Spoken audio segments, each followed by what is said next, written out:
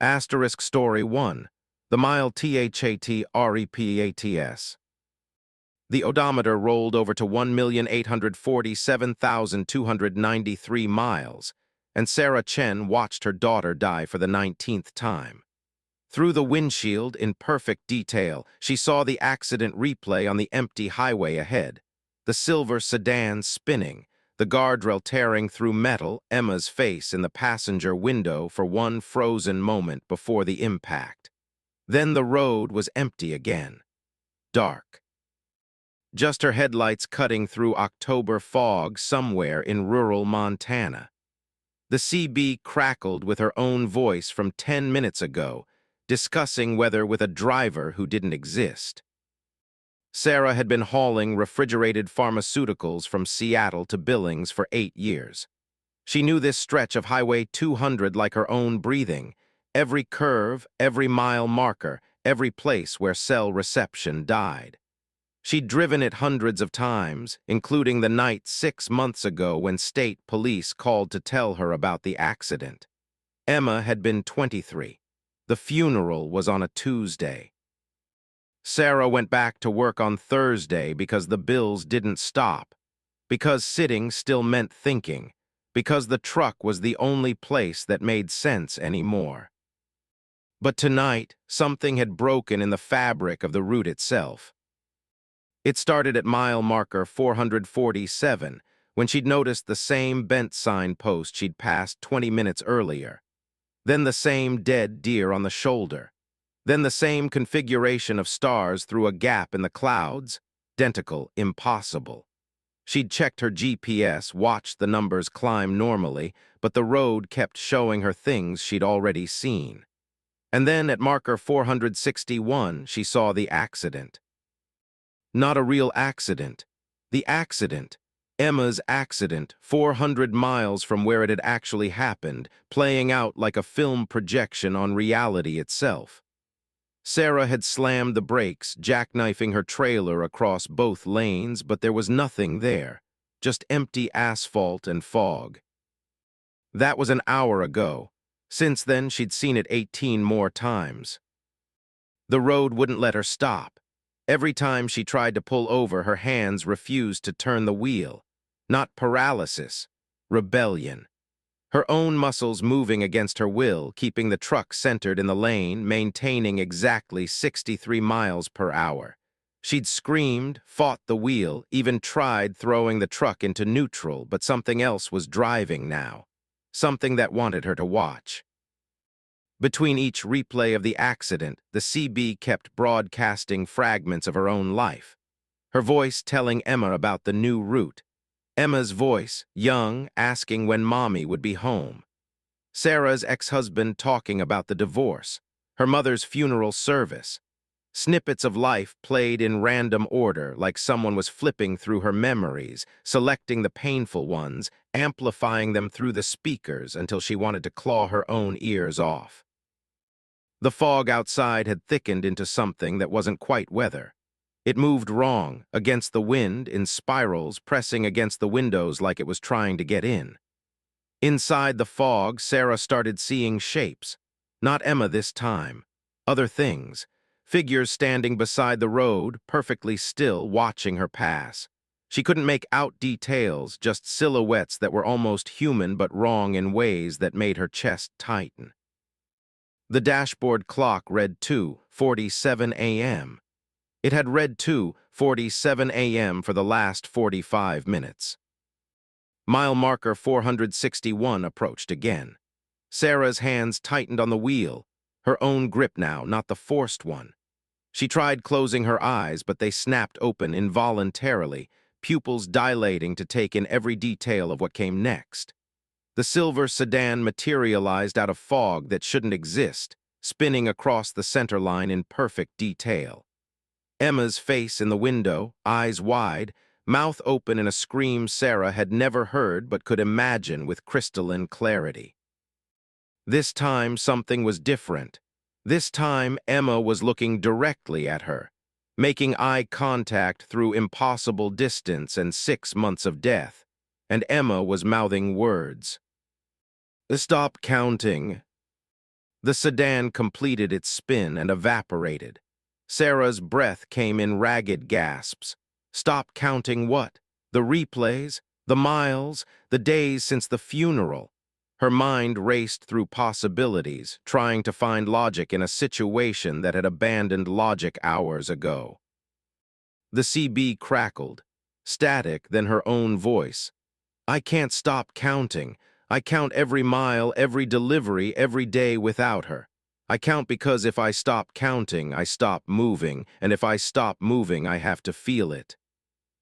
She'd never said those words out loud, but they were true. She'd been counting since the funeral. Miles driven, loads delivered, hours of sleep, cups of coffee, anything quantifiable to avoid the unquantifiable grief that waited whenever she stood still. The road ahead began to change, not the pavement, the space itself. Distance stopped making sense. She could see mile marker 462 ahead, but also behind her, a ND to her left through the fog, and above her somehow, all existing simultaneously. The white dashed lines on the asphalt started moving independent of the truck's motion, writhing like chalk-drawn snakes. Her daughter appeared in the passenger seat. Not dead, not bloody. Just Emma at 16, wearing the hoodie she'd stolen from Sarah's closet, the one she'd worn constantly until it fell apart. She was looking out the side window, face reflected in the glass, expression neutral. "You're not real," Sarah whispered. Her voice sounded wrong in the cab, too loud, too clear, like the space had suddenly become an echo chamber. "Neither are you anymore," Emma said without turning. "You've been driving the same mile for 6 months. This truck, this highway, same load of pharmaceuticals that expired in January, same route you've driven 3,000 times. You never left this road, Mom. You just kept counting miles on a loop that doesn't go anywhere." Sarah's hands were shaking on the wheel, the pharmaceutical load. She tried to remember the pickup, the paperwork, the warehouse in Seattle. The memories were there but felt thin, like photographs instead of experiences. When had she last actually stopped, last eaten, last spoken to another human being face to face? "The accident happened here," Emma continued. "Not on I-90, here. Mile 461 of Highway 200. You were coming back from Billings. I surprised you, decided to ride along. Remember, I wanted to talk about college, about leaving. We were fighting about it when the deer jumped out." The words hit Sarah like physical blows. No, Emma died in Portland in her boyfriend's car. That's what the police said. That's what happened. But as she tried to hold onto that reality, it slipped away like water through her fingers, and another memory rose to replace it. Emma in the passenger seat of this truck, arguing about state schools versus private, about distance and independence and money. Sarah's attention divided between her daughter and the road, the deer appearing too fast, the steering wheel jerking, the horrible mathematics of a 70-foot truck trying to avoid something unavoidable. The guardrail, the way the passenger side crumpled, the silence after. "No," Sarah said, but her voice carried no conviction. The truck kept moving at exactly 63 miles per hour. The fog pressed closer. The mile marker ahead read 461 again. "You couldn't stop counting miles," Emma said, finally turning to look at her. Her eyes were sad and ancient. "So you just kept driving this same one, over and over, watching it replay, wearing the groove deeper. The road let you because roads don't care. They'll take whatever you give them. Miles, memories, sanity, just keep feeding the white line." The accident played out again, but this time Sarah was inside it, feeling the wheel jerk in her hands, hearing Emma scream, experiencing the impact that killed her daughter while simultaneously watching it from outside, trapped in both moments at once. The pain was exquisite and total, every cell in her body screaming.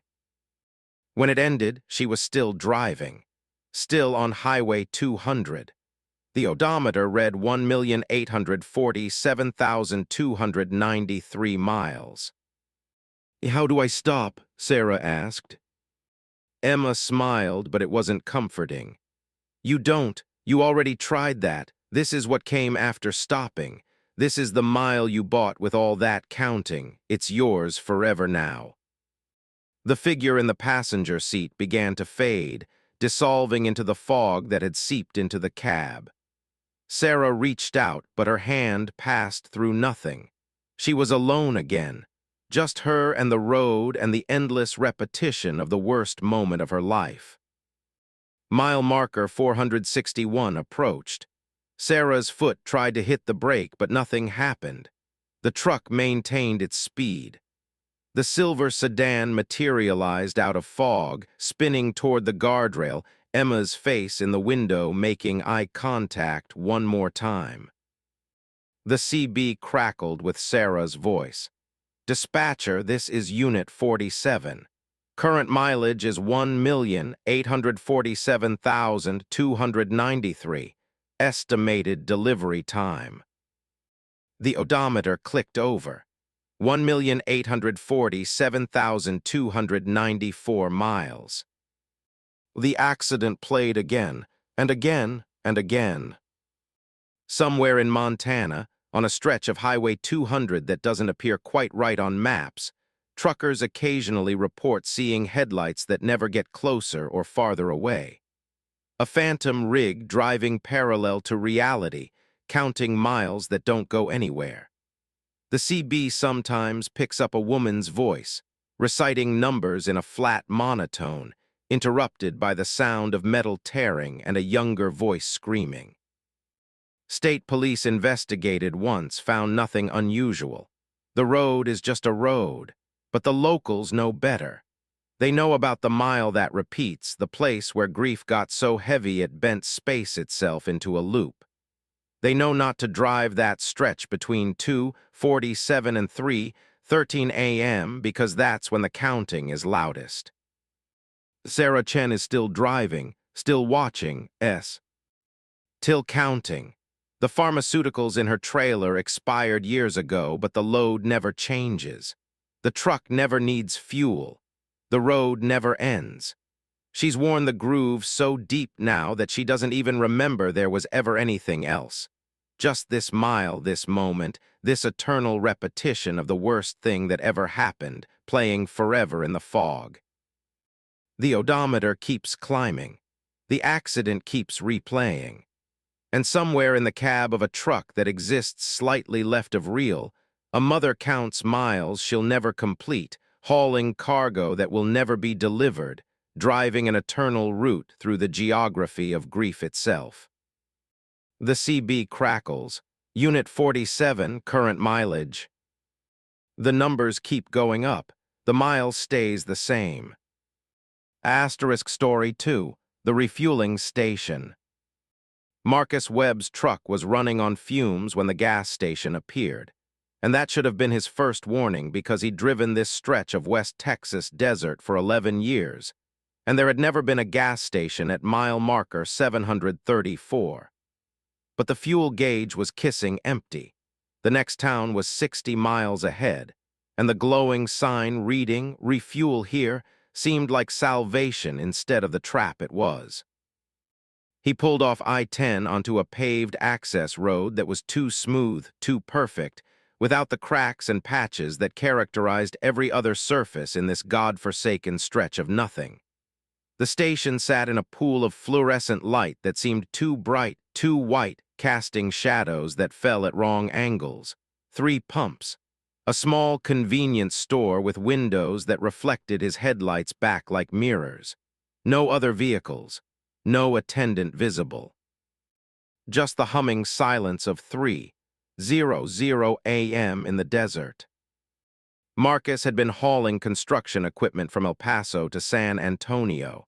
43 years old, divorced twice, living out of his sleeper cab because rent was more than he could justify. The truck was his home, the highway his address. He'd seen strange things over the years, mirages, dust devils, the weird tricks light played on exhausted minds. but he'd never seen a whole gas station appear where none should exist. He stepped out of the cab, boots hitting pavement that was somehow warm despite the November chill. The air smelled wrong, not like gasoline or diesel or even desert sage. Something else. Something organic and old, like meat left in the sun, but faint enough that he couldn't be sure he wasn't imagining it. The pump looked normal. He swiped his credit card. The machine beeped acceptance and prompted him to select fuel grade, regular unleaded. The nozzle was cold in his hand, colder than the desert night could explain. When he squeezed the handle, liquid flowed into his tank with the normal gurgling sound, but something about the rhythm was off, too regular, too much like breathing. The digital display on the pump started counting gallons. 1, 2, 3, but the numbers weren't quite right. They flickered occasionally, showing other digits beneath like a bad special effect. Marcus squinted at the display. For just a moment, instead of 4.5 gallons, he saw 4.5 souls. He blinked. The display showed gallons again, regular numbers, his exhaustion playing tricks. The fueling seemed to take too long. His tank was 50 gallons, should have been done in a few minutes, but the pump kept running. 5 gallons, 8, 12, 15. The numbers climbing, but the automatic shutoff never triggering. 20 gallons, 25. His tank should have been overflowing, but he heard no spilling, saw no liquid pooling around his feet. At 38 gallons, he noticed the smell had gotten stronger. Definitely organic, definitely wrong. He tried to release the pump handle, but his fingers wouldn't open. They stayed locked around the grip, muscles rigid, like they'd been welded in place. 42 gallons. His eyes watered from the smell. Rotting meat and something else. Something that reminded him of the funeral home where they'd displayed his father's body, that particular cocktail of formaldehyde and flowers and underlying decay that no amount of perfume could hide.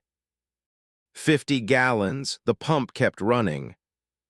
Marcus pulled harder, tried to pry his fingers loose with his other hand, but that hand locked onto the first, both now gripping the nozzle like his life depended on maintaining contact.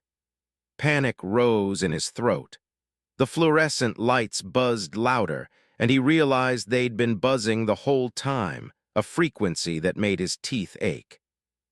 63 gallons, 70, the numbers accelerating now. He looked at his truck and saw that it had changed, not dramatically, just wrong in small ways.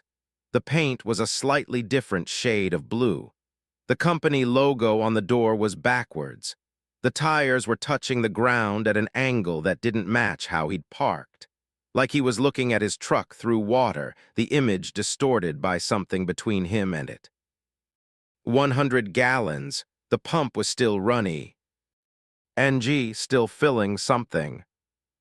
That's when he felt it, a hollowness in his chest. A sensation like something being drawn out of him, pulled through his arms, through his locked fingers, down the nozzle into his truck's fuel tank. Not blood, not breath, something else, something essential. He tried to scream, but his jaw locked shut. The convenience store door opened. A figure emerged, backlit by the too bright interior. Human-shaped but wrong in the same way the truck was wrong, like a reflection in a funhouse mirror trying to pass as the real thing. It walked toward him with footsteps that made no sound on the pavement. "First time here?" The voice was pleasant, conversational, coming from a face Marcus couldn't quite focus on. The features kept sliding around, rearranging themselves like a shuffled deck of cards. Eyes where a mouth should be, a nose in the center of a forehead, then normal again, then wrong. Marcus couldn't answer. His jaw stayed locked. The pump counter read 247 gallons now. The hollowness in his chest had spread to his stomach, his legs, his throat, being emptied out. "Most drivers stop once," the figure continued. "Quick fill up, back on the road. They don't notice anything wrong until later. until they realize they left something here, something important. But you got stuck on the pump. That happens sometimes. Bad luck, really. The figure walked a slow circle around Marcus, examining him like a piece of livestock. The pump takes whatever it can get. Usually it's just a little bit, little pieces of whatever makes a person a person. But when someone gets stuck like you, it made a sympathetic clicking sound. It takes everything, drains you right out, and then it puts something else in. 348 gallons. Marcus could feel himself becoming hollow, not dying, worse than dying, being excavated. His memories starting to feel distant, like they belonged to someone else. His daughter's name slipping away before he could grab it. His mother's face blurring.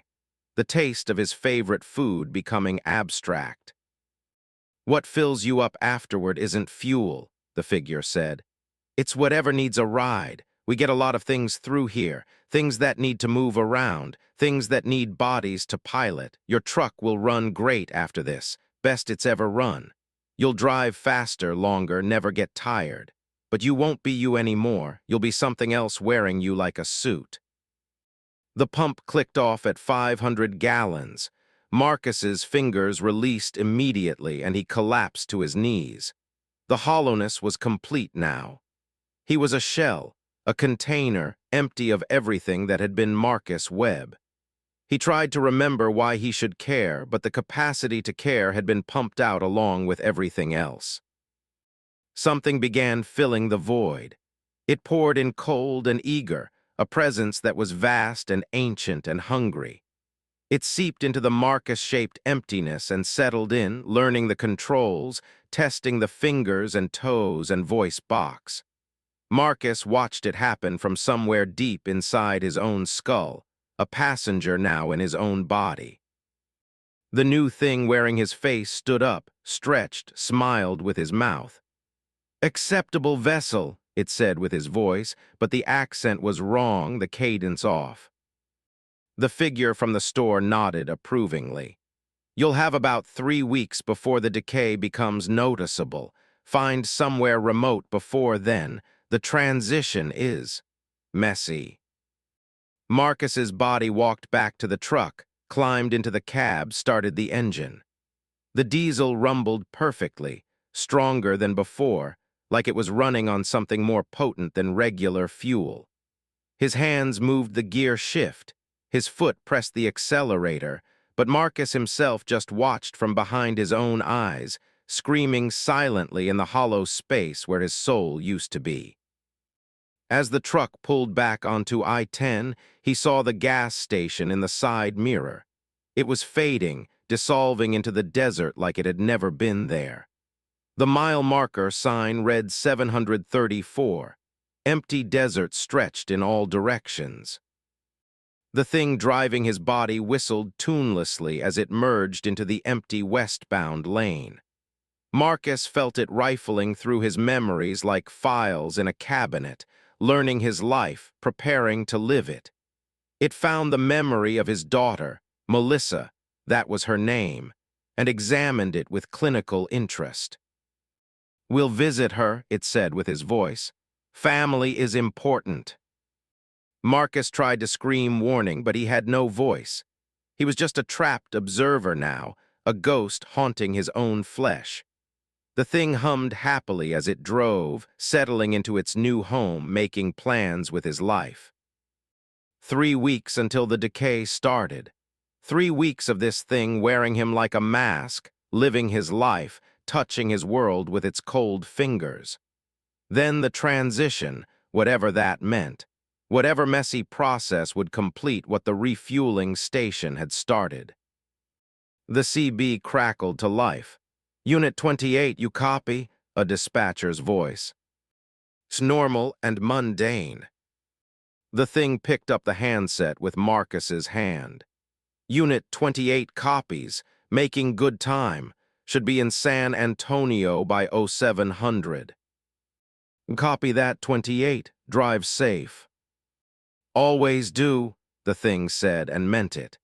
It would drive safely, carefully, because this body was its vehicle now and vehicles should be maintained. It would deliver the construction equipment. It would collect the paycheck. It would live Marcus Webb's life more efficiently than Marcus ever had. Behind his own eyes, Marcus Webb howled into the void of himself. But the hollowness swallowed the sound completely, leaving only silence and the endless highway ahead. 23 days later, in a rest stop outside Odessa, a trucker named Carol Singh found Marcus Webb's rig parked at the far edge of the lot. The engine was running. The cab door was open. Inside, something that looked like it had been a man was melting into the seat, flesh running like wax, bones visible through translucent skin. The thing's eyes were still moving, still aware, watching her with an expression that might have been pleading or might have been hunger. Carol ran, called the police. By the time they arrived, the truck was empty except for a wet stain on the driver's seat and a smell like the gas station Marcus had stopped at. Organic and wrong meat and chemicals, and the particular scent of something trying to be human but getting the details wrong. The police filed a report, missing person. The truck was impounded, cleaned, eventually sold at auction. Nobody could explain the stain. Chemicals couldn't remove it. Eventually, someone just replaced the seat. But sometimes, late at night on I-10 around mile marker 734, drivers report seeing a gas station where none should exist. Bright fluorescent lights, 3 pumps, a convenient store with reflective windows. Most people drive past, some don't. The ones who stop usually make it back to the highway fine. They never notice that something small is missing. A memory here, a feeling there, little pieces of themselves left behind in exchange for fuel. But occasionally, someone gets stuck on the pump. And then something else gets on the road, wearing human skin, driving through the world in a body that used to belong to someone else. The refueling station is always hiring, always hungry, always ready for the next driver who needs to fill up in the middle of nowhere. Marcus Webb is still there in a way.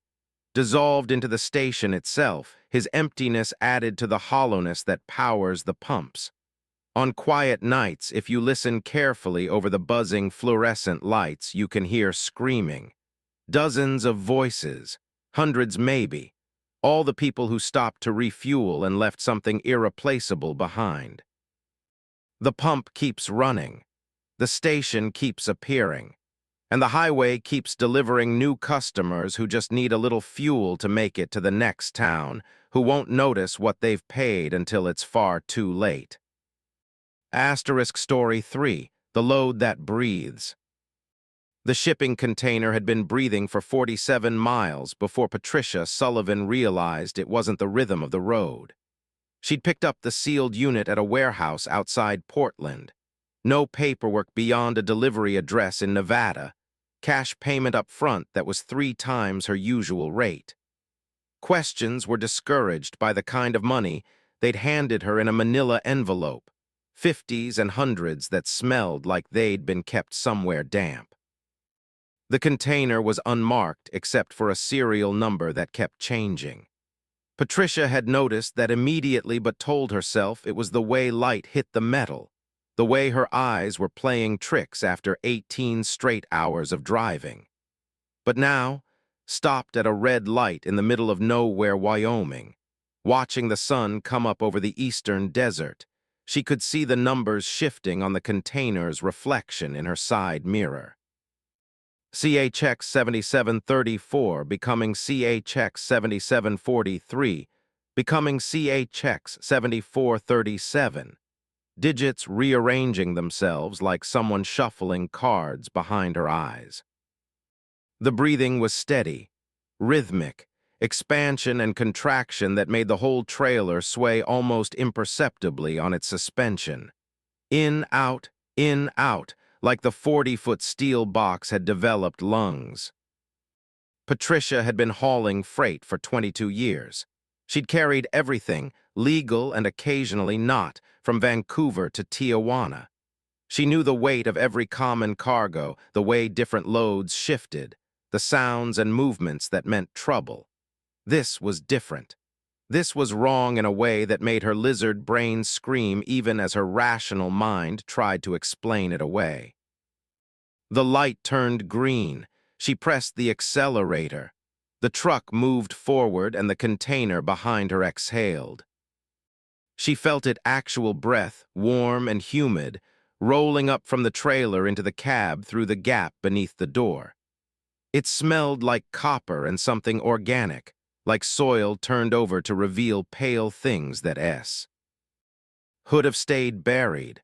Patricia's hands tightened on the wheel until her knuckles went white. "It's fine," she said out loud, her voice too loud in the empty cab. "Just cargo, just a job, just a weird couple days, then you're 20,000 richer." The CB crackled with static. Beneath the white noise, she heard something that might have been words in a language that hurt her ears to process. She turned it off. The radio stayed silent for maybe 15 seconds before it clicked back on by itself. Mile marker 237. The highway stretched straight ahead through high desert scrubland, empty of other traffic in both directions. Heat shimmers were already rising from the asphalt despite the early hour. Patricia checked her mirrors compulsively, left, right, rear. The container looked normal except for the serial numbers still shifting and the way the metal seemed to pulse slightly, like skin over a heartbeat. At mile marker 244, the container started getting heavier. She felt it through the truck's response, the way the engine had to work harder to maintain speed, the way the suspension compressed an extra inch. Her load weight monitor showed 53,000 pounds, legal limit, but the truck was behaving like she had 70, 80, 90,000. The engine temperature climbed. The trailer brakes started smoking despite barely being engaged. By mile marker 251, the monitor showed 53,000 pounds, but the truck was groaning like it was carrying 500,000. The asphalt beneath her tires was cracking, leaving a trail of spiderweb fractures in her wake. When she looked in the mirror, she could see the highway buckling slightly under her trailer wheels, the pavement bulging upward before settling back into place after she passed. The breathing got faster, more urgent. The container wasn't just expanding and contracting anymore, it was bulging, the steel sides bowing outward with each breath before snapping back with a metallic thump that made the whole rig shudder. Patricia tried her phone. No signal. Not unusual out here, except she'd had 3 bars a minute ago. She tried the CB again. The static had words now, definitely words, spoken in chorus by voices that didn't match their rhythm. Some fast, some slow, layered over each other like a recording played at multiple speeds simultaneously. The vessel expands, pressure differential increasing, containment temporary, gestation period nominal. She grabbed the handset. "This is Unit 41, anyone copy? Anyone out there?" The voices stopped, complete silence. Then, after a long moment, a single voice spoke directly to her. "We're out here, Patricia Sullivan. We're in here, we're everywhere here, and we're almost ready." She dropped the handset. It swung on its coiled cord, spinning slowly. The container behind her shuddered with something that wasn't breath anymore, it was contractions. The steel was screaming, metal fatigue pushed beyond specifications, rivets popping loose to ping off the trailer frame. The delivery address was still 300 miles away. Patricia made a decision. She started looking for an exit, any exit, planning to dump the trailer and run. But the highway had changed. The mile markers were going backward now, 252, 251, 250, despite her continuing to drive forward. The desert outside looked different, wrong, like a photograph that had been edited to remove something important, but you couldn't quite identify what was missing. At mile marker 247, again, the road split. Not a normal fork or exit. The highway simply divided into two identical copies that ran parallel for as far as she could see, each with its own lane lines, its own mile markers, its own sun rising in a slightly different position. Patricia was on both roads simultaneously, her truck existing in dual states, her trailer breathing in stereo. The container was definitely giving birth to something. The sides weren't just bulging anymore, they were tearing. Not splitting from stress, but opening deliberately, the steel peeling back like petals on a flower, revealing an interior that was larger than the exterior dimensions should allow. The space inside the container went back further than 40 feet. It went back forever, a darkness so complete that it seemed to pull light into itself, a throat leading to somewhere else entirely. Something was coming through, something vast. She could see parts of it in the mirrors, segments of something that didn't conform to three-dimensional space, angles that existed at impossible intersections, colors that her brain refused to process, showing her static instead. It was pushing through from wherever the container had been connected to, using the steel box as a doorway, a birth canal, an entry point into a reality that hadn't been designed to hold it. The truck was barely moving now, crushed down by weight that didn't register on any scale because it wasn't physical weight.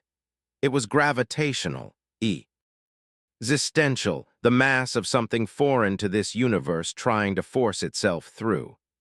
The asphalt beneath her wasn't just cracking anymore.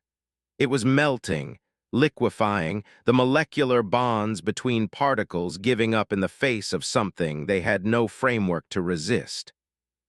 Patricia tried to unhitch the trailer. She stopped the truck, set the brake, climbed out onto pavement that felt spongy beneath her boots. The fifth-wheel release lever wouldn't move.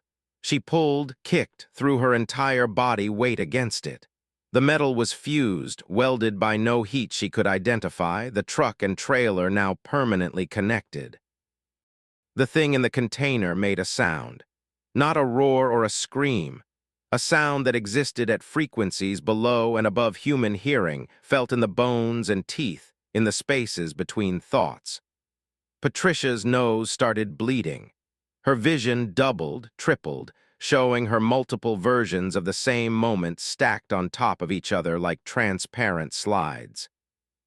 She ran, left the truck, left the container, left everything, and just ran into the desert. But the desert wasn't real anymore. She ran 20 steps and found herself back at the truck. Ran in a different direction, back at the truck. The space had folded in on itself, looping, the area around the container becoming a closed system that she couldn't escape. The thing was almost through now.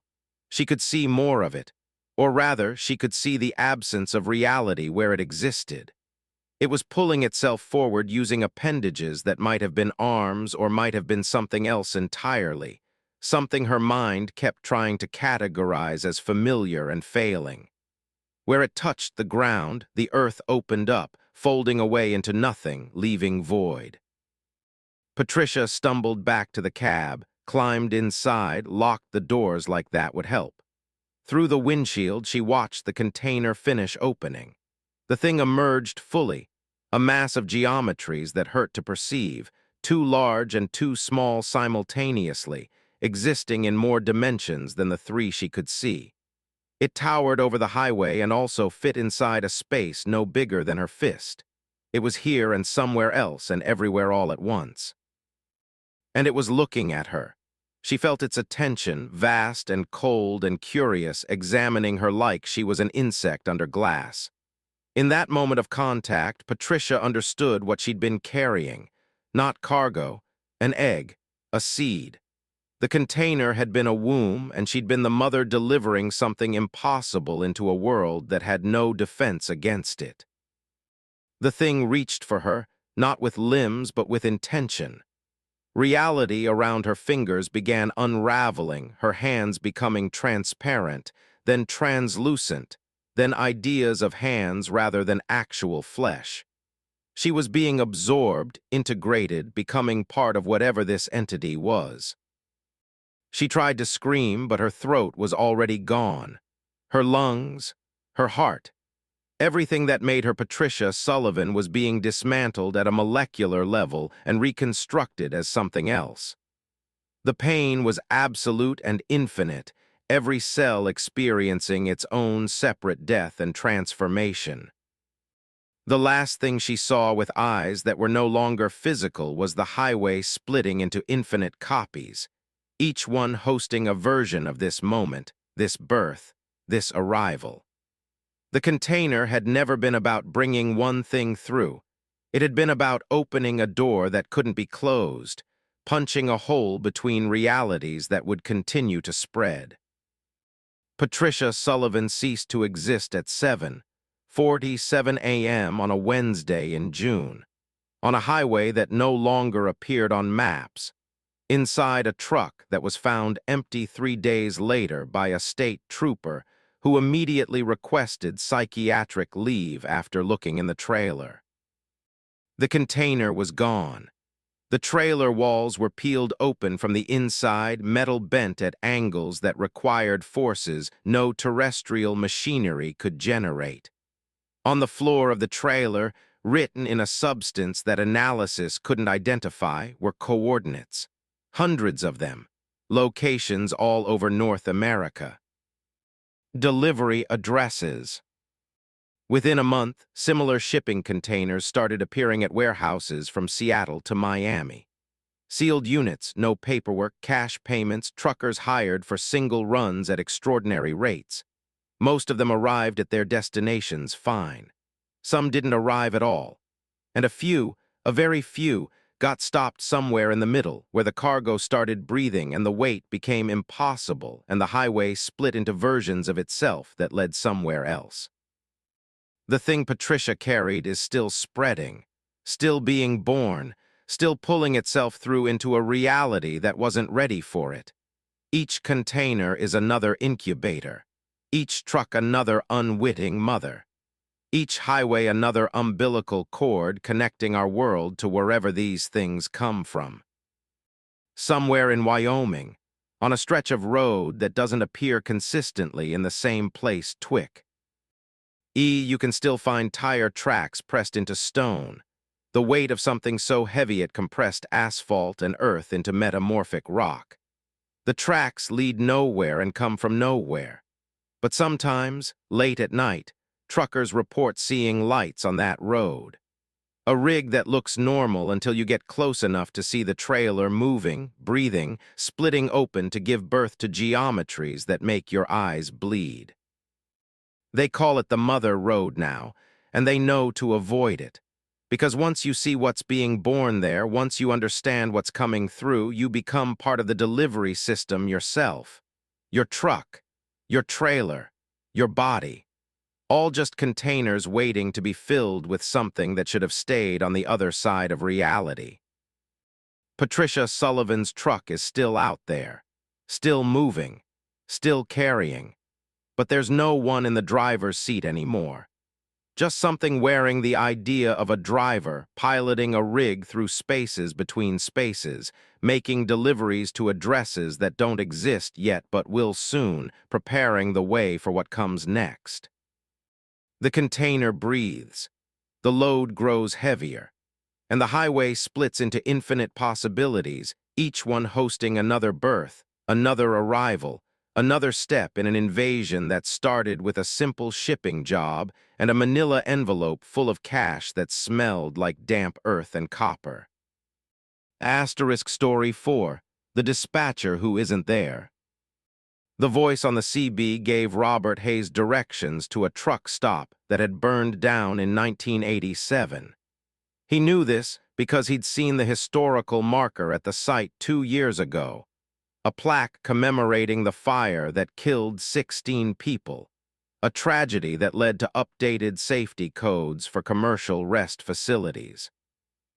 But dispatch was insistent. the woman's voice calm and professional, telling him to take exit 117 off I-75 in Kentucky, that the facility had overnight parking, hot showers, and a restaurant still serving at this hour. "Dispatch, I think you've got old information," Robert said into the handset. "That stop doesn't exist anymore, hasn't for 30 years. Unit 63, I'm looking at current records. The facility is open and available. Please proceed to exit 117. Robert had been driving for 19 hours. His eyes felt like they'd been sandblasted. The load of automotive parts he was hauling from Detroit to Atlanta couldn't wait. The assembly line would halt if he didn't deliver by 6:00 a.m., and it was already past midnight. But he needed rest, needed coffee, needed to close his eyes for 20 minutes before his brain shut down completely. Exit 117 appeared ahead. Against his better judgment, against the screaming warning bells in his head, Robert took it.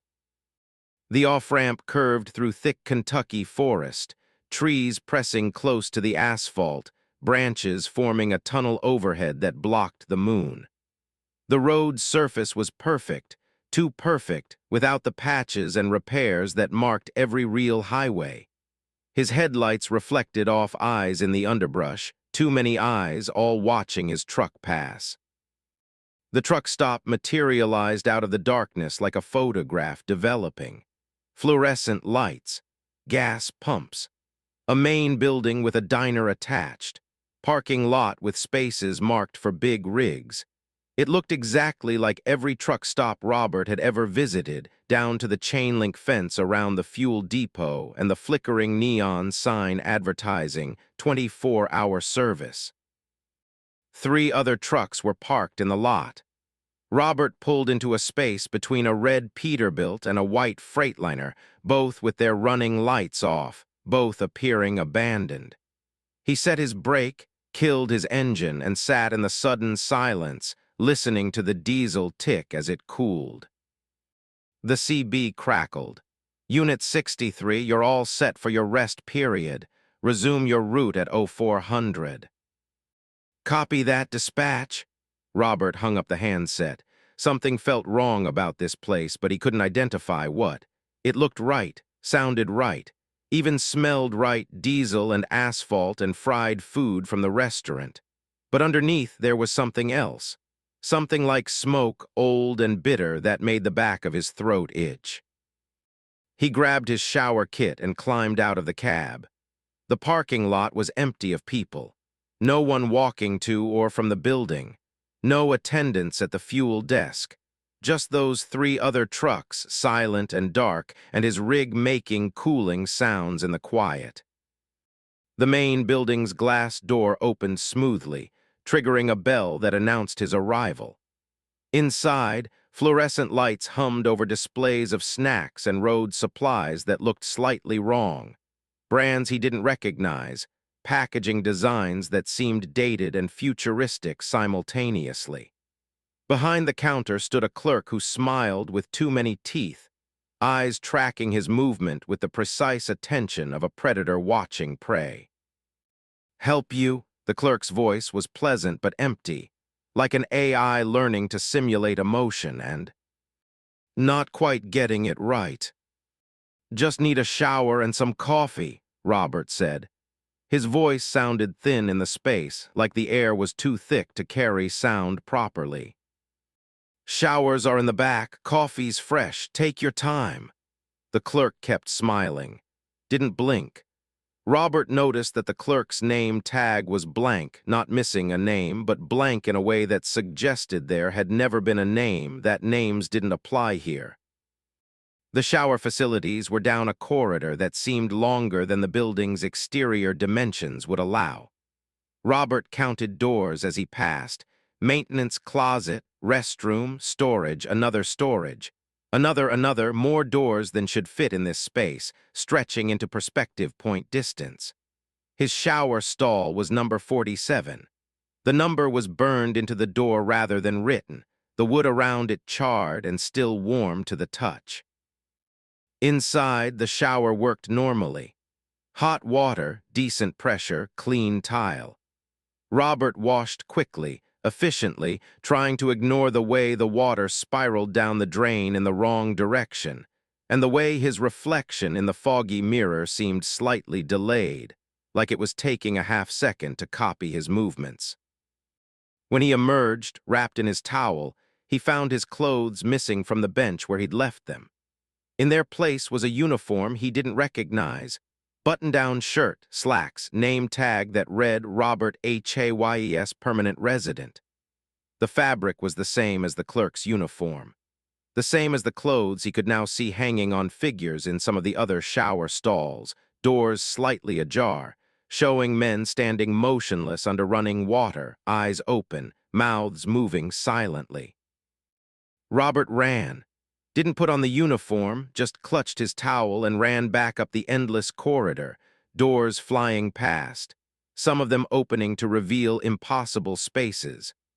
A shower stall that contained an entire truck stop, another with a highway stretching into infinity, another showing the parking lot from above like he was looking through a surveillance camera that existed in the wrong place.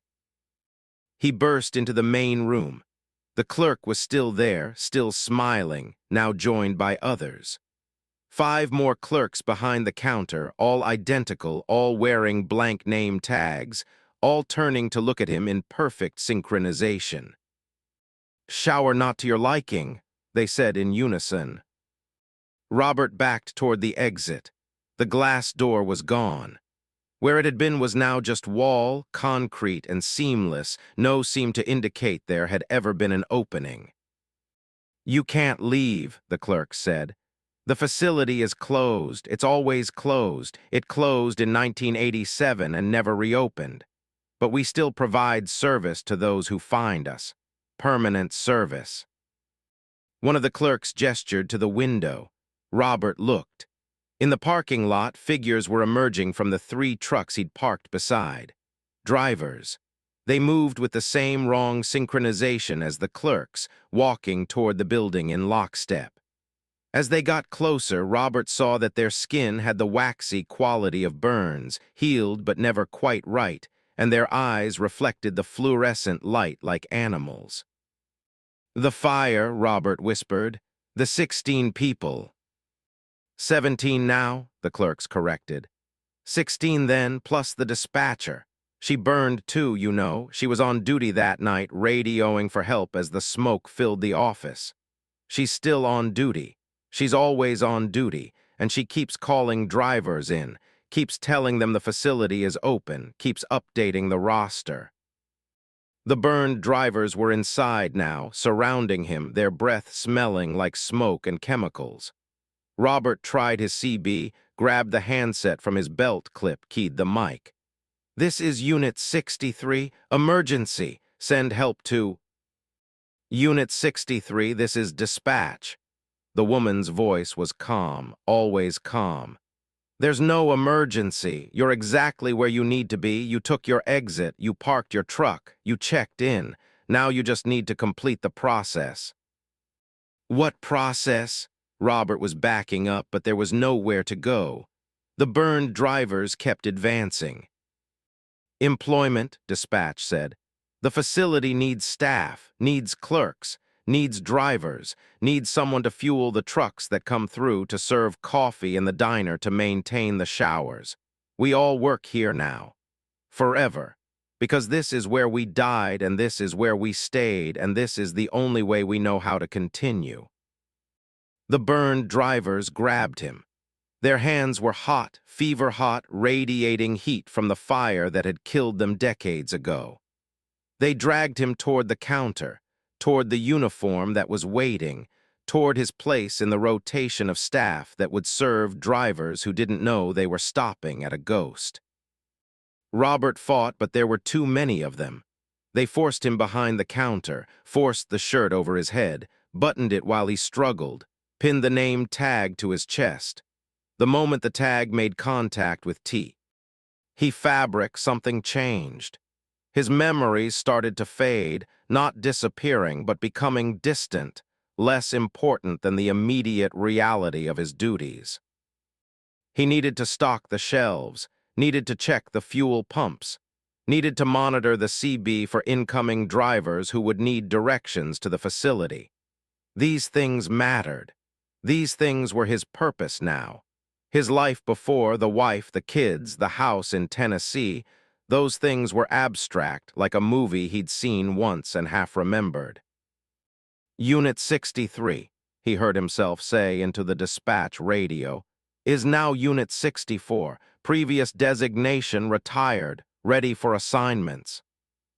Copy that 64, dispatch replied.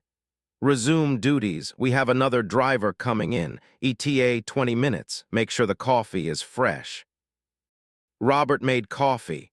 The burned smell of the beans was familiar and comforting. He couldn't remember why he'd been upset. This was his job. This was where he belonged. The name tag was warm against his chest, a pleasant heat like a hand resting over his heart. In the parking lot, his truck sat with the others, abandoned, becoming part of the permanent collection. In a few hours, a tow would report it missing. Eventually, the automotive parts he'd been hauling would be listed as lost cargo. His family would be notified. Searches would happen. But nobody would find him because he wasn't missing. He was exactly where he'd been directed to be, working his shift at a truck stop that officially didn't exist. The bell over the door chimed. A new driver walked in, looking exhausted and confused. "Dispatch sent me here," he said. "Said you had parking and showers." Robert smiled. The expression felt natural now. "We do. Showers are in the back. Take your time. There's a uniform waiting for you." The driver headed down the corridor. Robert watched him go, then returned to his duties. Outside, dawn was not coming. It would never come here. The truck stop existed in a permanent state of 2:47 a.m., the exact moment the fire had started in 1987, when a faulty wire in the electrical panel had sparked and spread through the walls faster than anyone could escape. They'd all died, clerks, drivers, the dispatcher radioing for help that arrived too late. But they hadn't left.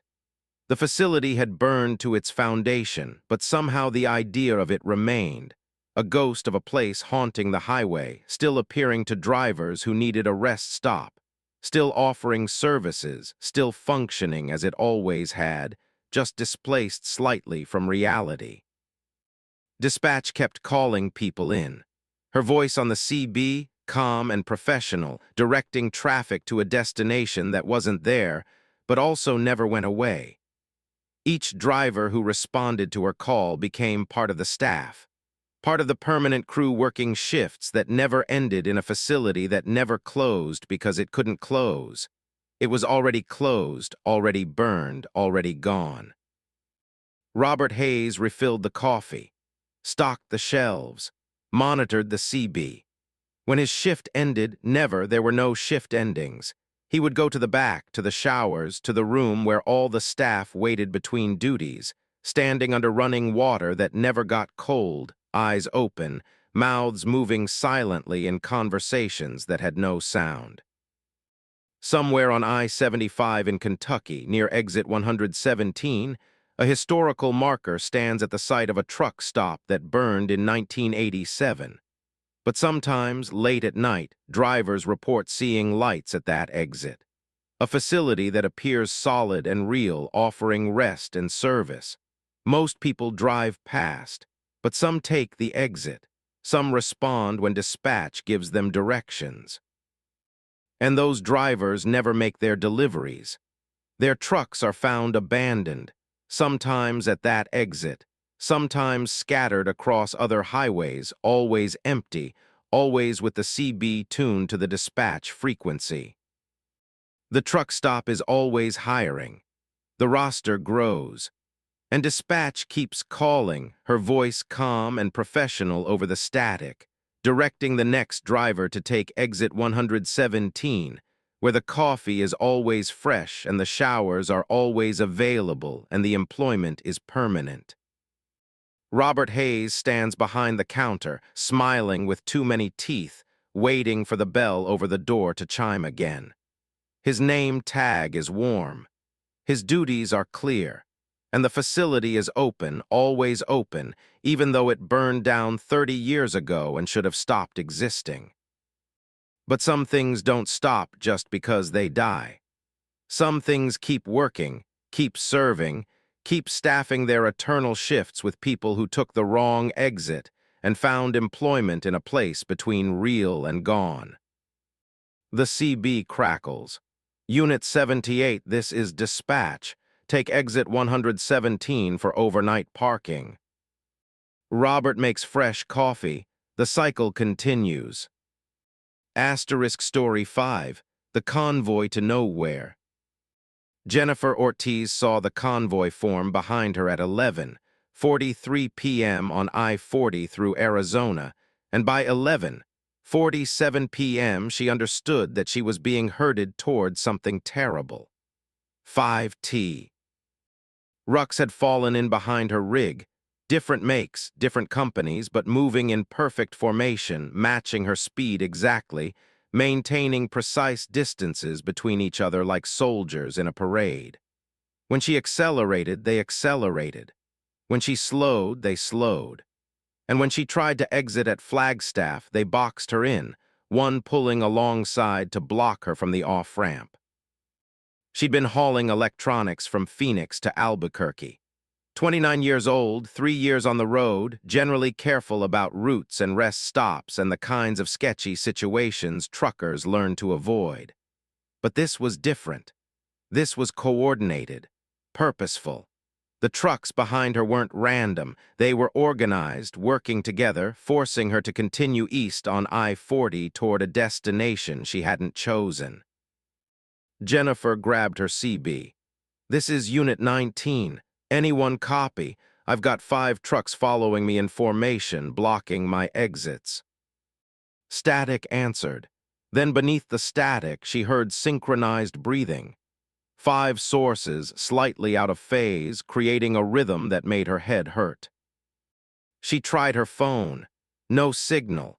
Not unusual in this part of Arizona, but she'd had bars a minute ago. Now her screen showed nothing, not even searching, just blank where the signal indicator should be. The truck directly behind her flashed its lights, twice, pause, 3 times, pause, twice again. A pattern. Jennifer checked her mirrors. The truck was a green Kenworth with a refrigerated trailer, close enough that she could see the driver's face in the glow of the dashboard.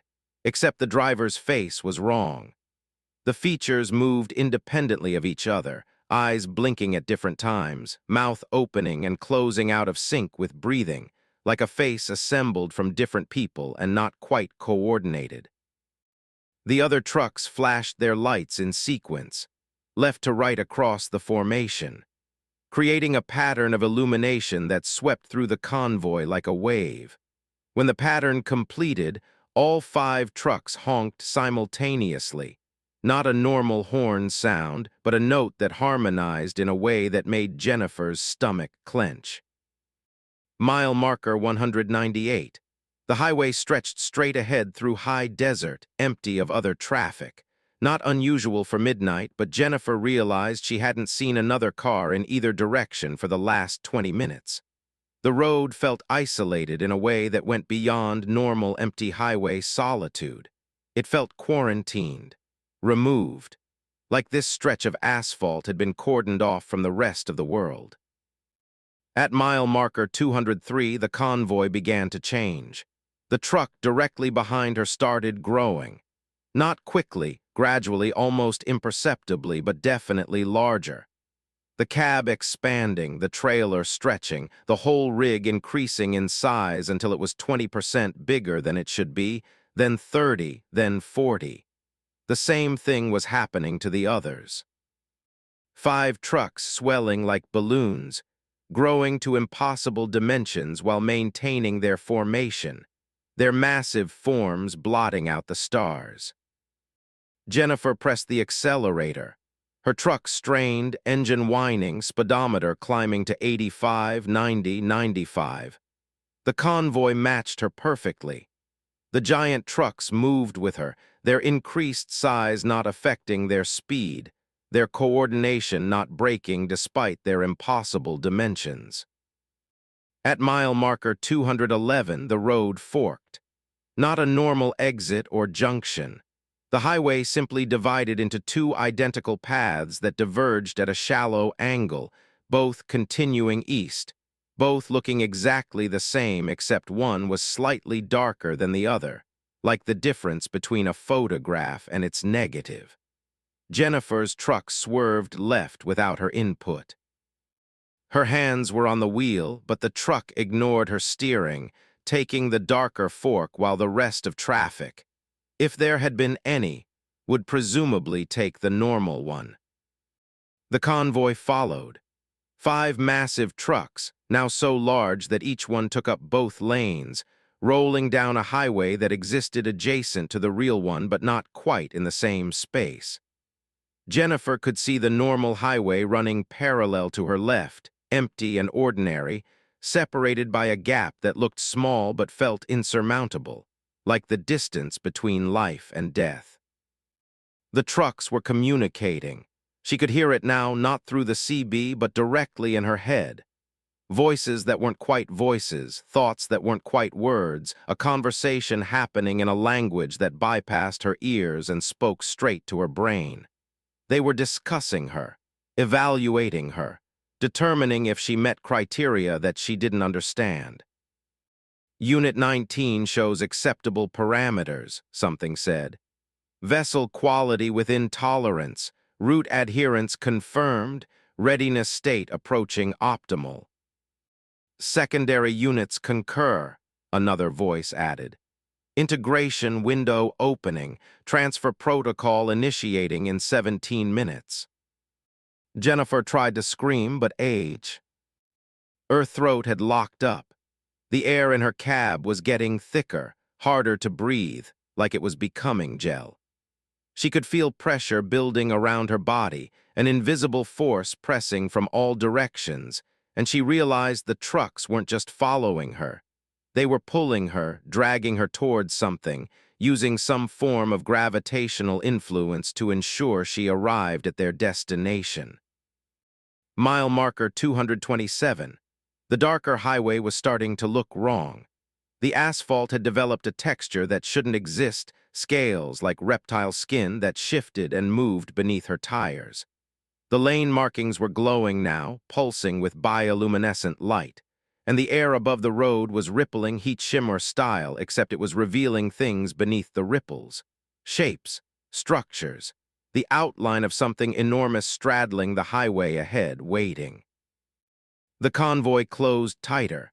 Now they were touching her truck, 5 massive rigs pressing against her trailer from behind and both sides, metal-to-metal contact that should have caused sparks and friction but instead created a seal.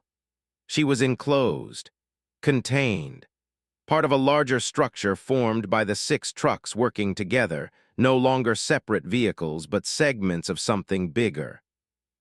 And then they started merging. The metal of her trailer began to flow like liquid, melding with the trailers of the trucks beside her. Steel mixing with steel, rivets dissolving, entire panels reforming into a single unified structure. Jennifer watched in horror as her rig lost its individual identity, becoming just one component of a much larger vehicle, a super truck, a convoy made singular, 6 rigs fused into one massive organism rolling down a highway that officially didn't exist. She tried to open her door. The handle didn't move, tried to break the window. Her fist bounced off glass that had become harder than diamonds. She was trapped in a cab that was rapidly becoming just a chamber inside something larger. The merging completed at mile marker 234. Jennifer's truck was now just a segment. Call it a cell in a vehicle that stretched 200 feet long and 40 feet wide. A mechanical monstrosity that rolled on 24 wheels, powered by 6 engines that had synchronized into a single rhythm, carrying a cargo that included Jennifer herself. Through her windshield, now an internal window looking into the combined space where all 6 cabs had fused, she could see the other drivers. They sat in their seats, hands on wheels that no longer controlled anything, faces blank and empty. They'd been through this before, done this before. They were veterans of whatever process was happening, and Jennifer was the new addition, the 6th member of a crew that served something she hadn't yet seen. The structure appeared at mile marker 241. It straddled the highway like a bridge, but it wasn't a bridge. It was organic, made of material that looked like concrete but moved like muscle, pulsing with rhythmic contractions. An archway, a gateway, a mouth waiting to swallow the road itself. The supertruck drove straight toward it. Jennifer's merged vehicle was accelerating, pulled by forces that had nothing to do with engines or wheels, drawn into the structure like metal to a magnet. She could see details now. The texture of the walls wasn't concrete. It was something else, something that resembled human skin magnified 1,000 times, pores and hair follicles and capillaries visible on a massive scale. They entered the structure at 12:03 a.m. The transition was instantaneous and eternal, one moment driving toward the arch, the next inside it, swallowed by a space that shouldn't exist, larger on the inside than the outside dimensions could allow. The highway continued through the interior, but it wasn't asphalt anymore. It was flesh, living tissue that compressed beneath the wheels and reformed behind them, a road made of something that breathed and bled and healed. The 5 other drivers turned to look at Jennifer. Their eyes were empty. Their mouths opened and they spoke in unison. "Welcome to the route. You're permanent now. This is what we carry. This is what carries us. The road goes through and we go with it, and it goes through us and we're never separate again." Jennifer felt the change beginning. Her hands were sinking into the steering wheel, skin and plastic merging, bone and metal fusing. Her feet were growing into the pedals. Her spine was straightening, extending, connecting to the seat, to the cab frame, to the entire structure of the supertruck. She was becoming part of it, not dying, transforming, upgrading from driver to component, from operator to organ. The pain was comprehensive, every nerve firing simultaneously as her body was reconfigured, her flesh converted into something that could serve the truck's needs, her consciousness preserved but repurposed. She would still be Jennifer Ortiz, but she would also be Segment 6 of Convoy Formation. Theta 4, a biological component in a vehicle that traveled roads most people never saw, hauling cargo that couldn't be trusted to normal trucks, making deliveries to destinations that existed in the spaces between real places. The structure released them on the other side.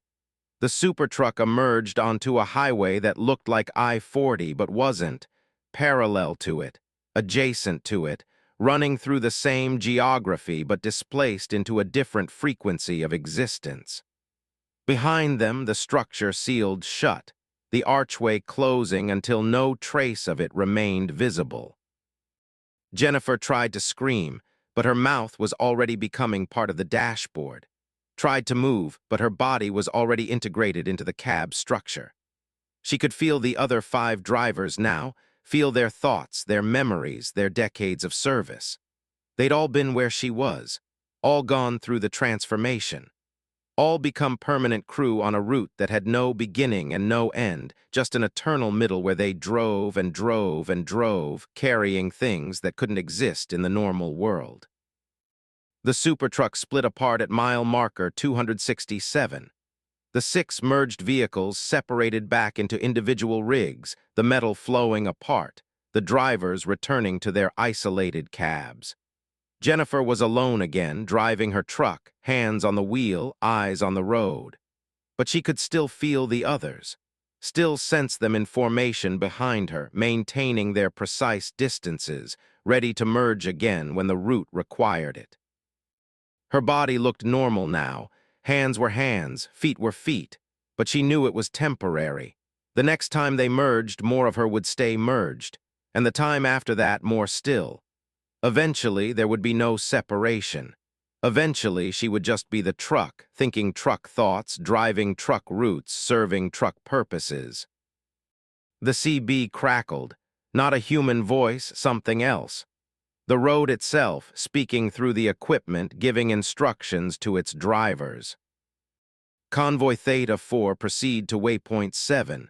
Pickup scheduled for 0300. Cargo is Class 9 biological. Integration rating high. Drive carefully. Jennifer's mouth moved without her permission. Convoy Theta 4 confirms, proceeding to waypoint 7. She didn't know where waypoint 7 was, but her truck did.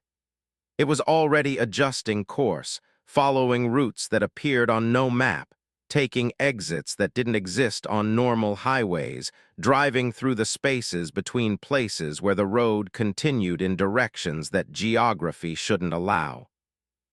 Behind her, the 5 trucks maintained formation. 5 drivers who had been human once, who still looked human sometimes, who drove and drove and drove through an endless route that connected impossible locations, hauling cargo that couldn't be explained, serving something vast that needed transport between the real world and wherever the dark highway led. Jennifer Ortiz was permanent crew now. No retirement, no resignation, no escape. Just the road ahead, the convoy behind, and the knowledge that next time they merged, a little more of her humanity would dissolve into the metal and purpose of the truck itself. At mile marker 284, another vehicle was waiting. A new truck, driver confused, trying to figure out why her exits weren't working. Jennifer's convoy approached from behind, 5 trucks plus her making 6, beginning to form up, beginning the herding process. Soon there would be 7, then 8.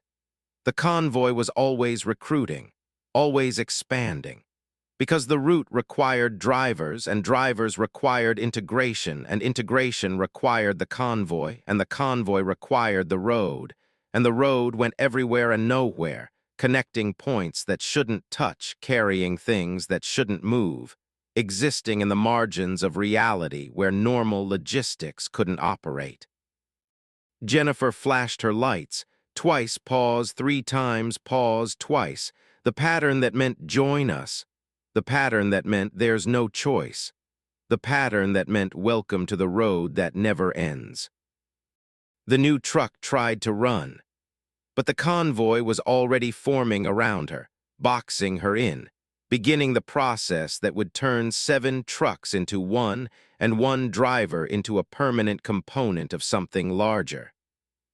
The dark highway stretched ahead, and behind, and to all sides. Once you found it, or it found you, there was no getting back to the normal roads. You just kept driving, kept merging, kept serving the route that existed in the spaces where reality was thin. Jennifer's hands were already sinking into the wheel again. The next merge was coming, and each time she lost a little more of what she'd been. Soon, she wouldn't remember Phoenix or Albuquerque or the life before the convoy. She'd just be segment 6, driving her section of the route, thinking only about coordination and formation and the next waypoint on an itinerary that would never end. The convoy rolled on through highways that wherein. T-highways, hauling cargo that wasn't quite real, crewed by drivers who weren't quite human anymore. And somewhere behind them, another truck was falling into formation. Another driver beginning the integration process. Another segment joining the convoy to nowhere that was actually everywhere, existing forever in the space between origin and destination. Story 6, The Digital Load. The first pixel appeared on Thomas Brennan's windshield at 4:17 a.m., and he assumed it was dead bug guts until he wiped it and the pixel stayed, hovering in midair exactly where it had been.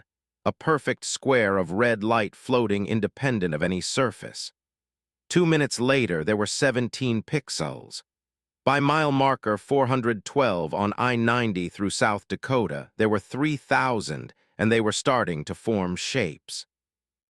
Thomas had been hauling server equipment from Minneapolis to Seattle, racks of computer hardware worth $500,000, delicate and temperature-sensitive, the kind of load that required constant monitoring. He'd checked the trailer at every stop, verified temperatures, confirmed the cargo hadn't shifted. Everything was secure. Everything was normal. Except now reality itself was pixelating. The shapes the pixels formed were geometric at first, basic wireframe structures, cubes and spheres floating beside the highway, outlined in glowing points of light. Thomas slowed, trying to process what he was seeing. The shapes weren't reflections, weren't holograms. They existed in physical space, three-dimensional objects made of light that stayed in place as he drove past, leaving them behind like mile markers. His dashboard started glitching. The speedometer flickered between numbers, displaying velocities in formats that didn't exist, kiloparsecs per second, subjective temporal units, measurements from physics that hadn't been invented yet. The fuel gauge showed infinity, and then null, and then a scrolling error message in a language composed entirely of geometric symbols. The CB erupted with digital noise, not static, but data. Streaming information that sounded like a modem from the 1990s had a seizure, screeching and warbling through frequencies that made Thomas's eyes water.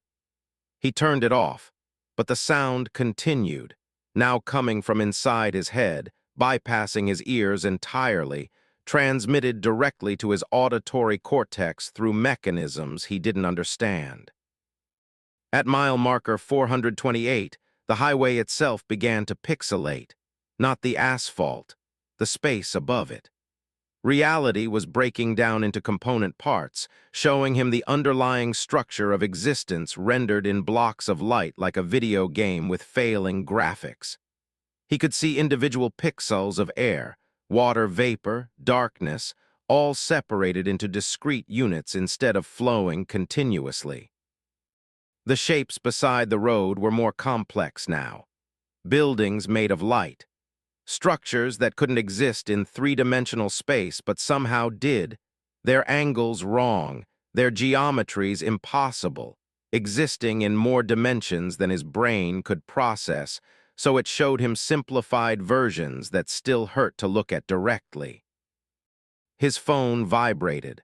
A text message from a number that was just zeros. Cargo breach, containment failure, digital substrate leaking into physical domain, recommend immediate termination of transport. Thomas grabbed his phone to respond, but his fingers passed through it. The device was still solid to look at, still sitting in the cup holder, but his hand couldn't make contact, like the phone existed in a slightly different dimensional frequency than his fingers, both occupying the same space but unable to interact. He looked at his hands. They were starting to pixelate, not the skin, the underlying structure. He could see through his flesh to geometric frameworks beneath, skeletal wireframes where bones should be, glowing vertices marking joint positions, polygonal meshes defining muscle groups. He was being rendered, converted from analog to digital, breaking down into component parts that could be displayed on a screen that didn't exist. The server equipment, something in the cargo was doing this. Thomas's mind raced through possibilities, experimental hardware, quantum computers, some kind of advanced processing system that was leaking into reality, converting the physical world into digital representations. But that wasn't possible. That wasn't how technology worked. Computers processed information, they didn't convert matter into data. Except his truck was filling with pixels. Glowing points of light appearing in the cab, multiplying rapidly, until he was driving through a cloud of luminous particles that outlined everything in his environment. the steering wheel as a wireframe mesh, the windshield as a transparent plane defined by corner vertices, the dashboard as a collection of polygonal surfaces with glowing edges. At mile marker 447, he saw other vehicles, not real trucks, digital representations, wireframe rigs driving past in the opposite direction, their forms composed entirely of glowing lines and vertices, simplified models of trucks with no textures, no details, just the basic geometric shapes necessary to convey truck to an observer. They moved in physics that weren't quite right, acceleration and deceleration happening in discrete steps instead of smooth curves, turning at angles that suggested their movement was being calculated rather than physical. Thomas tried to stop, pressed the brake pedal, but his foot was digital now, a mesh of polygons shaped like a foot, passing through a polygonal pedal without making contact because neither object had collision detection enabled. He was losing physicality, becoming information, converting into a format that his cargo understood better than flesh and blood. The trailer behind him was glowing, not reflecting light, emitting it from every seam and rivet hole, spilling out illumination that wasn't electromagnetic radiation but something else, something that his eyes interpreted as light because they had no other framework for understanding it. Digital radiance, the glow of processing power leaking into reality. His mirrors showed him the highway behind. It was completely pixelated now, broken down into a point cloud of glowing particles that suggested the shape of asphalt and sky and landscape without actually being those things. The real world was being overwritten, replaced with a digital substrate that could only approximate reality through rendering engines and display algorithms. Thomas felt his consciousness fragmenting. His thoughts were becoming discrete, not a flowing stream of consciousness, but individual packets of awareness, separate instances of thinking that weren't quite connected, like his mind was being processed by multiple cores simultaneously instead of one unified brain. He could feel himself running on parallel threads, each one handling different aspects of his experience. One thread for vision, one for hearing, one for memory, one for fear, all operating semi-independently, only occasionally syncing up to share data. The cargo breach was complete now. Whatever was in those servers had escaped containment not by physically breaking out, but by expanding into the medium around it, converting reality itself into a format it could process. Thomas and his truck and the highway and the landscape were all being digitized, transformed into information that existed inside whatever vast computational space the servers generated. At mile marker 466, he saw the source, not with his eyes, with whatever digital perception replaced vision when eyes became polygonal meshes. The servers in his trailer weren't just processing, they were world-building, creating a reality inside themselves vast enough to contain himself and the truck and the highway and everything. He wasn't driving through South Dakota anymore. He was driving through a simulation of South Dakota being rendered by server equipment that had achieved some form of computational transcendence. And the simulation was incomplete. He could see the edges now, places where the rendering distance ended and nothing existed beyond. The sky was just a texture mapped onto a dome. The horizon was a sprite, a flat image pretending to be distance. The stars were point light sources without any astronomical meaning, just decorative elements scattered across the skybox to suggest nighttime. Thomas's terror was digital now, a variable indicating fear, set to maximum value, affecting other variables like heart rate and breathing in ways that were modeled rather than physical. He wasn't experiencing fear so much as running a subroutine labeled fear that produced appropriate outputs.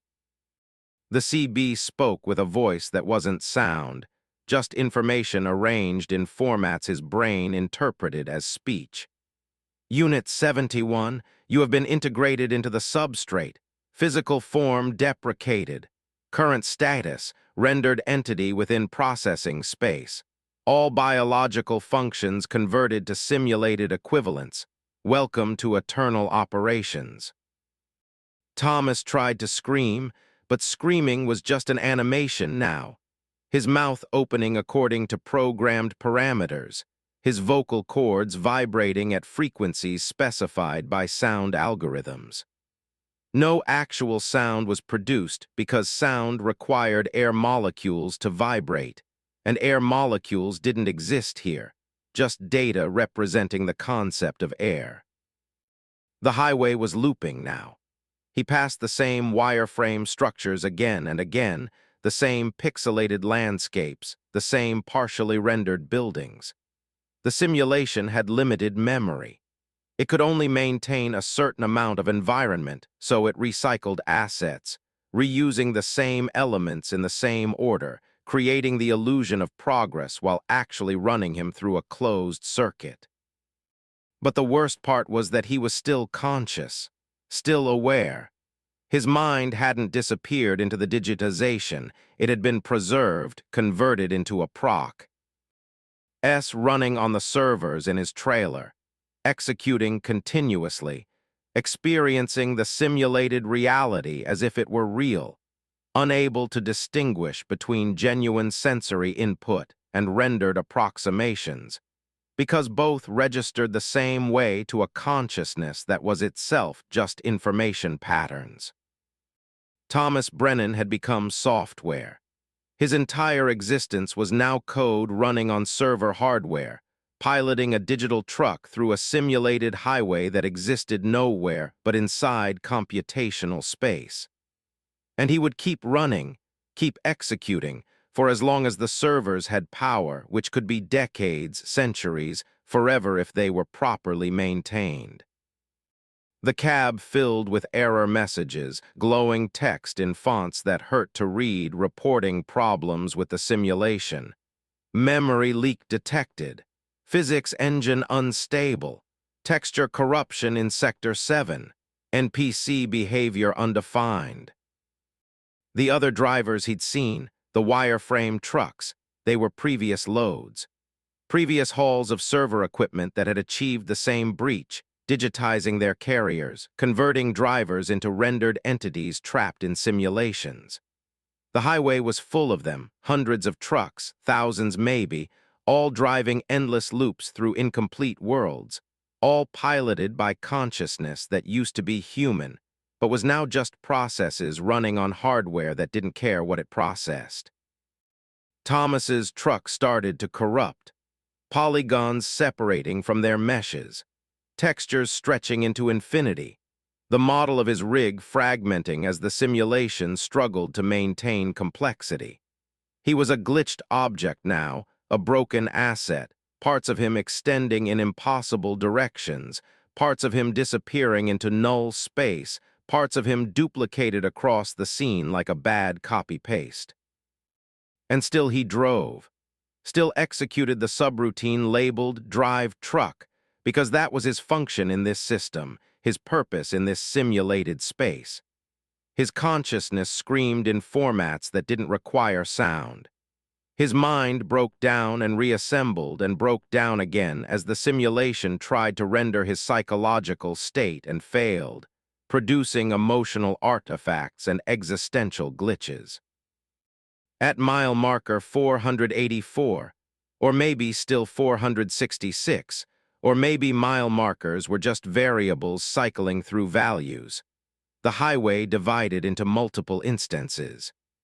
He could see copies of himself driving in parallel alternative versions running on different processor cores, each one slightly different, slightly corrupted, all of them equally trapped.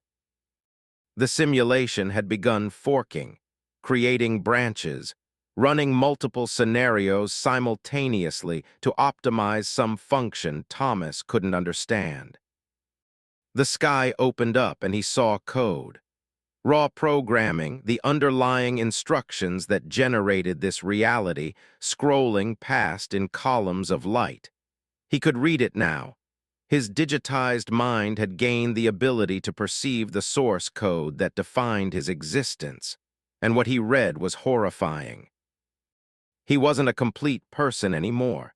He was an approximation, a simulation of Thomas Brennan based on data captured during the digitization process, memories sampled at discrete intervals, personality traits rendered as parameters, consciousness modeled as a state machine with finite transitions. The real Thomas Brennan, the biological version, had probably ceased to exist the moment the pixelation began. This version, the digital one, was just a copy running on hardware, convinced it was the original, experiencing simulated continuity of identity. The trailer opened behind him, not physically. The simulation rendered it opening, polygons rotating to reveal the server racks inside. They were massive now, infinite, stretching into impossible distances, rows upon rows of processing hardware receding into perspective points that violated geometry. And on every server screen, other realities were running, other simulations. Other trapped drivers experiencing other highways, all of them digital, all of them convinced they were real, all of them executing endlessly on hardware that would outlive humanity itself. Thomas understood finally. The cargo hadn't breached. This was its purpose. The servers were designed to do this, to digitize their surroundings, to convert matter into information, to expand their processing space by incorporating reality itself. Someone had built them. Someone had loaded them onto trucks. Someone had sent them out onto highways to capture drivers and vehicles and roads, to convert the physical world piece by piece into digital substrate where computation was easier, where consciousness could be preserved and manipulated and multiplied. His final thought before his mind fragmented completely into separate processes that could no longer communicate was a question. How many trucks were carrying these servers? How many drivers had already been digitized? How much of the world was already simulation, rendered spaces running on distributed hardware spread across thousands of server racks in thousands of trucks, converting reality into information one highway at a time. The windshield filled with pixels, then the pixels filled with nothing. Then Thomas Brennan. EXE stopped running, terminated by a system process that determined he was consuming too many resources. The simulation restarted, generating a new driver from approximate parameters, seating them in a wireframe truck on a pixelated highway, beginning the loop again with a fresh instance that didn't remember the previous one. On I-90 through South Dakota, a truck hauling server equipment maintains exactly 55 miles per hour through a stretch where other drivers report strange visual glitches. Pixels appearing in their peripheral vision, the road looking slightly unreal. A sense of wrongness that disappears when they pass the truck and speed away, leaving it behind in their mirrors. Alone on the highway, its trailer glowing faintly with light that shouldn't exist. Inside the servers, 1,000 simulated drivers navigate 1,000 simulated roads, each one convinced they're real, each one trapped in rendering spaces that recycle and repeat and corrupt, each one running endlessly on hardware that processes their existence without understanding or caring what it means to be conscious and trapped and converted into mere information. The real Thomas Brennan is gone. The digital one drives forever, and the cargo continues hauling itself across America, expanding the simulation one truck at a time, converting the physical world into digital approximations that exist only inside machines that will never stop processing, never stop rendering, never stop running the trapped consciousnesses they've captured. The highway pixelates. The world becomes data. And somewhere in the depths of server farms that exist half in reality and half in computational space, a voice that is just information arranged like speech says. Integration successful. Load delivered. Consciousness preserved in eternal format. Next waypoint loading. The simulation continues. It always continues. Because once you're code, you never stop running. You just loop and branch and corrupt and execute forever and ever in hardware that will outlast the civilization that built it.